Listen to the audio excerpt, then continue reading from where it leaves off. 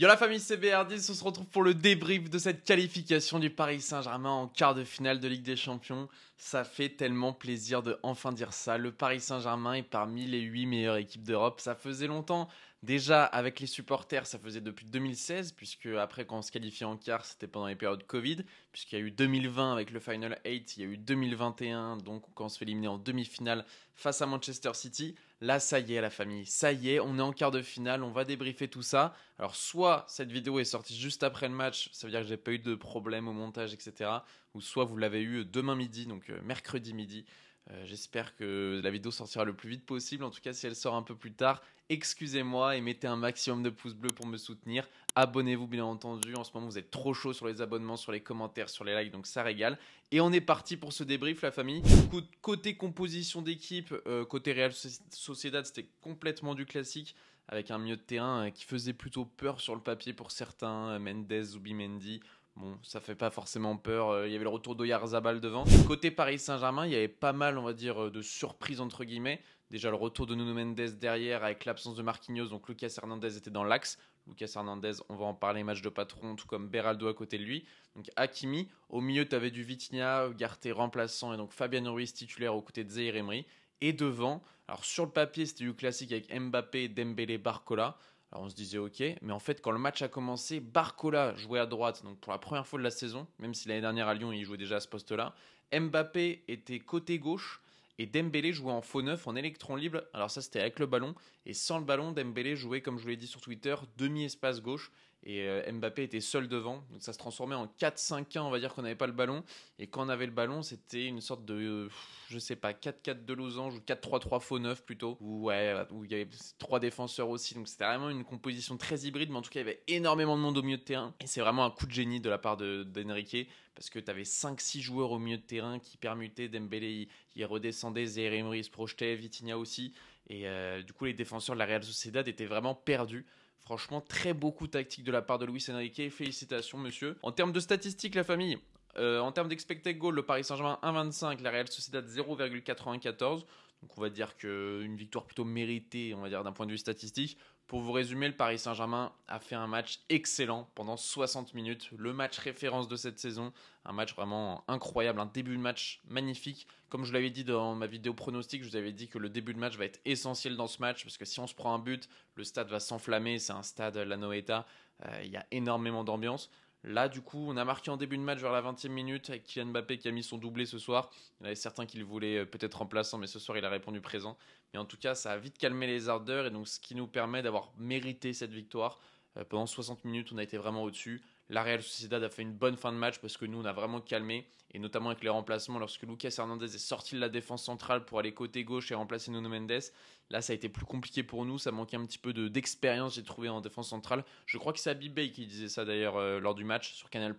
Et très bonne analyse d'Habib Beye, parce que je m'étais fait la même réflexion. Donc voilà, félicitations Habib. En termes de tirs, on est sur 14 tirs pour la Real Sociedad, mais beaucoup en fin de match. Le PSG 10 tirs, 6 cadrés, la Real Sociedad 7 cadrés. Donc voilà, niveau statistique, on avait la possession comme d'habitude 56%, la Real Sociedad jouait en contre, et le Paris Saint-Germain a donc fait 470 passes contre 360 pour la Real Sociedad. On va directement parler des joueurs qui m'ont plu dans ce match. On va parler de Kylian Mbappé directement. Faisons un point sur la situation de Kylian Mbappé qui vient de marquer un doublé, tout simplement. J'allais dire un triplé. T'es pas content de triplé, mais non, il a bien marqué un doublé. On sentait qu'il avait envie de le mettre, son triplé, ce soir. Il a mis qu'un doublé. Je vous l'avais d'ailleurs conseillé, cette cote, avec mon partenariat TheBet, avec mon code BR10. Je vous ai conseillé la cote du doublé d'Mbappé. Je l'ai pas mis. Voilà, comme un connard. Moi, j'ai mis Dembélé buteur, Barcola buteur et Nuno Mendes buteur. Mais je vous avais conseillé le doublé d'Mbappé. Toute la France a mis Mbappé buteur, à part moi. Donc voilà, tout le monde a pris ses sous et moi j'ai perdu mes sous. C'est pas grave, c'est le jeu, hein, c'est le jeu des paris sportifs. Et voilà, le but c'est de jouer ce qu'on peut perdre de toute manière. Mais en tout cas, quel match de Kylian Mbappé. Il a été excellent, il a été en vrai patron, capitaine en plus. On sait qu'en ce moment il est en embrouille avec Luis Enrique. Ah, est-ce que tu vas partir, est-ce que tu veux rester, blablabla, blablabla. Il a manqué de respect au Paris Saint-Germain face à Monaco en allant en tribune. Voilà. Il a été piqué dans son orgueil. Luis Enrique, apparemment il y a eu une réunion ce week-end, il lui a dit j'ai besoin de toi, toi t'as besoin de moi, si t'es mauvais tu sors, si t'es bon tu restes sur le terrain. Ce soir Mbappé a été excellent, Il a fait un match de vrai patron. Pour moi, c'est vraiment l'homme du match. De toute façon, il met doublé, il nous fait nous qualifier, sachant qu'il avait déjà marqué au match aller. Voilà, Kylian Mbappé, même si on te pardonne pas, on va dire, tes manques de respect envers le club. Bah, ce soir, de toute façon, ce soir, il jouait gros, Kylian Mbappé. Il a fait son match, mais en fait, ça, je l'ai pas vu beaucoup dit. Mais Mbappé, si on était éliminé ce soir, Mbappé, c'était sa fin de saison. Parce que je pense que Enrique l'aurait mis sur le banc toute la saison. Donc Mbappé jouait vraiment gros ce soir et il a porté l'équipe. Il a fait son rôle de capitaine à la mi-temps. Il a pris tout le monde comme ça. Il a fait son discours sur la pelouse. Franchement, très très beau match de Mbappé. J'ai beaucoup apprécié. Le deuxième joueur que j'ai beaucoup apprécié ce soir, c'est Lucas Beraldo. Quel match de Lucas Beraldo! Incroyable, le défenseur central brésilien. En plus, moi, je l'aime beaucoup parce que sa présentation, c'est ma vidéo la plus vue sur ma chaîne YouTube où j'avais fait une petite analyse après avoir regardé 2-3 de ses matchs, ou 3-4, je sais plus combien de matchs j'avais regardé. Mais voilà, c'est un joueur, moi, qui dès le début, il m'a plu parce que voilà, il m'a fait mes 50-60 000 vues et j'ai tout de suite accroché avec ce mec, forcément. Et là, depuis qu'il a été mis défenseur central dans cette défense du Paris Saint-Germain, c'est très très fort. Le retour de Nuno Mendes va lui faire beaucoup de bien, Lucas Beraldo. Je tiens à m'excuser auprès de lui parce que quand il a signé au PSG, j'avais dit que c'était un bon joueur, mais qui, je pense, n'aura pas de temps de jeu au début. C'était déjà son 12e match au Paris Saint-Germain. Et quel match! Il a cassé les lignes. Ça m'a rappelé Presnel Kipembe avec ce pied gauche quand il a cassé les lignes via ses passes. Kipembe le fait très très bien aussi. Et notamment sur le deuxième but, ça vient d'une phase de possession magnifique. Une phase de possession du Paris Saint-Germain incroyable, ça jouait tiki-taka, le Paris Saint-Germain c'est le tiki-taka, ce sera peut-être le titre de cette vidéo d'ailleurs, et Lucas Beraldo il te casse la ligne avec une passe, incroyable, j'ai adoré son match à Lucas Beraldo, il a un petit peu plus souffert on va dire en fin de match avec des approximations techniques comme toute l'équipe, à partir du moment où Hernandez est passé côté gauche ça a été plus compliqué, mais quel match Lucas Beraldo à seulement 20 ans, en plus il vient d'être sélectionné en équipe du Brésil. Voilà, je suis très content qu'on l'ait recruté cet hiver, pardon, parce qu'avec la blessure de Marquinhos, par exemple, là pour ce match, ça aurait été compliqué. Danilo aussi, qui était un petit peu diminué, et Kipembe qui est toujours pas là. Donc voilà, Lucas Beraldo, très très gros match face à la Real Sociedad, ça me fait beaucoup plaisir. Le troisième top que je me suis noté, c'est Lucas Hernandez, qui lui aussi a été très bon en termes de ressortie de balle. J'hésitais à mettre Vitinha, j'hésitais à mettre Warren Zaïre-Emery, mais voilà, toute l'équipe a été très bon. Gigi Donnarumma aussi, on va en parler après. Mais voilà, pour moi, les trois meilleurs Parisiens ce soir, ça a été Mbappé, Beraldo, Lucas Hernandez. Et j'aurais envie de mettre aussi Luis Enrique. Luis Enrique qui a fait un très bon match tactiquement. Alors, je le critique souvent parce que voilà, je critique quand il y a besoin de critiquer, notamment sur sa manière de communiquer, sur sa manière de gérer le temps de jeu de certains joueurs.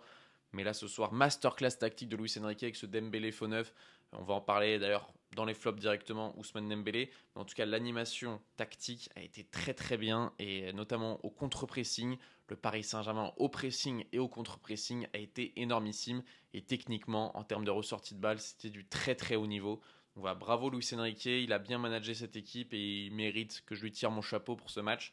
En termes de flop, du coup, Ousmane Dembélé, qui certes a joué sur un poste qui n'est pas le sien, il jouait à un poste de faux neuf et de demi-espace gauche, milieu gauche quand on n'avait pas le ballon. Donc ça lui change forcément de son côté droit avec sa ligne où il a ses repères. On sait qu'un joueur, quand il joue beaucoup sur le côté, la ligne, ça lui sert vraiment de repère pour se positionner en termes d'épaule, en termes de dribble, etc. Là, il était vraiment au milieu, donc voilà, il bougeait un petit peu partout. Mais c'est pas pour ça que tu peux te permettre, Ousmane Dembélé, de nous sortir une prestation comme ce soir, qui certes n'est pas toute blanche ou toute noire. En l'occurrence, elle n'est pas toute noire. Il a fait quand même une passe décisive pour Dembélé. Il a quand même orienté le jeu, on va dire, de manière plutôt intéressante quelquefois. Mais le nombre d'approximations... Oula, voilà, je suis approximatif dans mon vocabulaire, comme Ousmane Dembélé a été approximatif ce soir.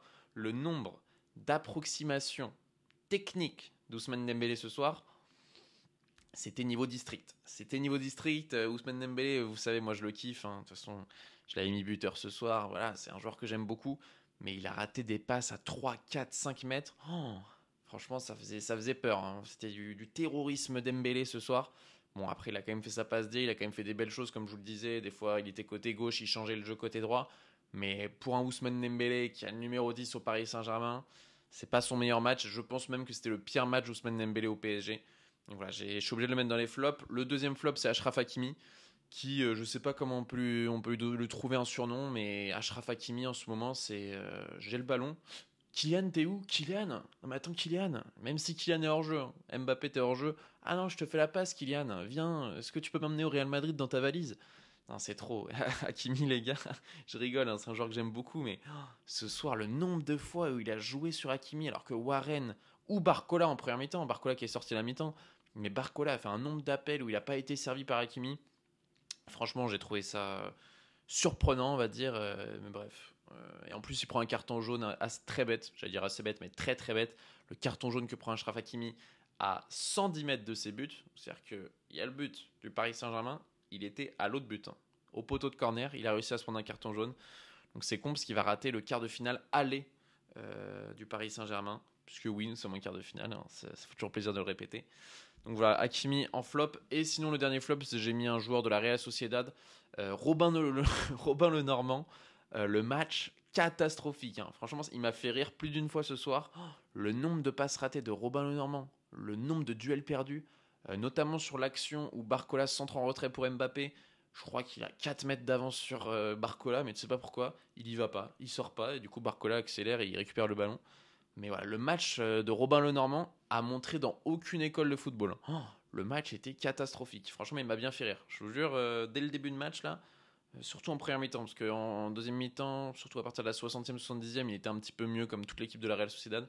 Mais la première heure de jeu, jusqu'à la 60e minute, Robin Lenormand, waouh, le match brûlait les yeux. Donc voilà, en termes de buts, sinon, je vous dis, Mbappé a mis un doublé, Merino a marqué la 89e pour réduire le score.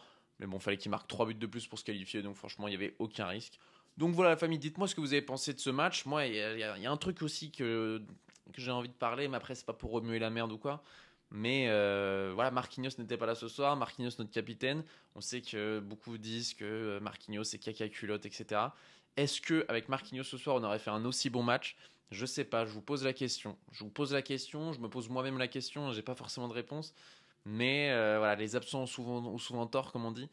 Et Marquinhos, on sait que c'est pas toujours top dans les gros matchs de Ligue des Champions, même si moi c'est un joueur que j'adore et je pense qu'il aurait pu faire un bon match ce soir. Mais voilà, force est de constater que ce soir c'est peut-être notre match référence d'un point de vue ressortie de ballon et que Marquinhos n'était pas là pour sortir les balles et que c'était Beraldo, Lucas Hernandez qui ressortait très très bien les ballons. Donc voilà, est-ce qu'on aurait été aussi fort avec Marquinhos ce soir?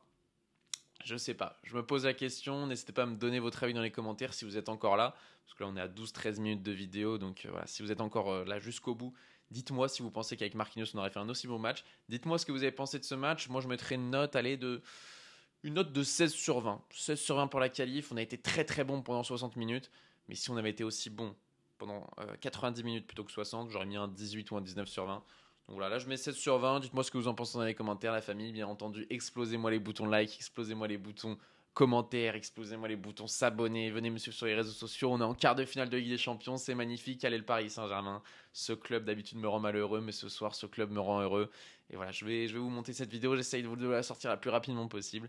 Et je serai fatigué demain au travail, mais c'est pas grave parce qu'on est en quart de finale de Ligue des Champions. C'était BR10, la famille. Je vous souhaite une bonne matinée, une bonne journée, une bonne soirée, une bonne nuit. Je vous kiffe. Peace!